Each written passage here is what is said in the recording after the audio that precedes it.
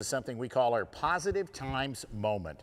And today, the American Hat Company Positive Times Moment comes from the SnaffleBit Futurity. And it is the story of the champion of the SnaffleBit Futurity, $125,000 winner. His name is Justin Wright. He's a horse trainer from California, riding a horse called Zach 34. The NRCHA wrote it this way: when the in-house announcer Darren Moore called out an incredible judges score of 226 for Zach 34 and Justin Wright, after the fence run, it was clear that Wright was adding the SnaffleBit to his resume of accomplishments.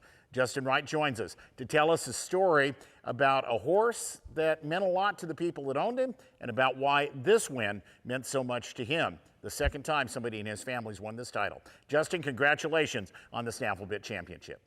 Tell me, this was a big deal to you for a lot of reasons. Just talk in general about what it means to you to win this very first SnaffleBit title, which you've been trying to win for a long time. Yes, sir. It's been a lifelong dream come true, really, and it's something that I've looked forward to. Never knowing if it was going to happen or not. It had been close several times, and it just is overpowering.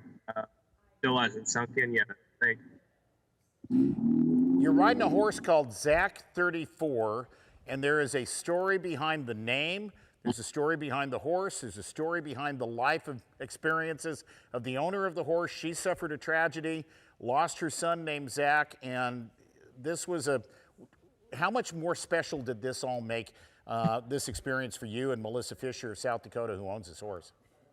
Oh, there were so many things that had to come together for all of this to happen, and that's one of the things that baffles me, that all the stars could line up to get to this day. I didn't know them before the sale. They bought the horse, and then after they had already purchased and they didn't have plans for him, it just all really fell in place.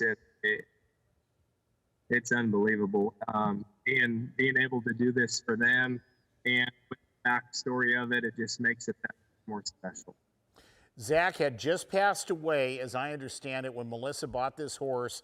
The name Zach 34, he raced cars, and his car number was 34. So that explains the name of the horse. What is it makes this horse so good? Because, oh, by the way, you were 226 on the final Saturday night in the final run of herd work. That's a big score.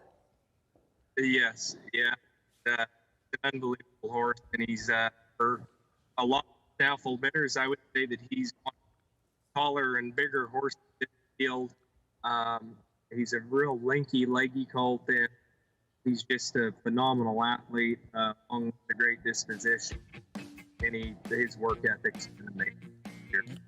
You had 3 horses out of 30 that made the Open Futurity Finals. How busy were you on Saturday night?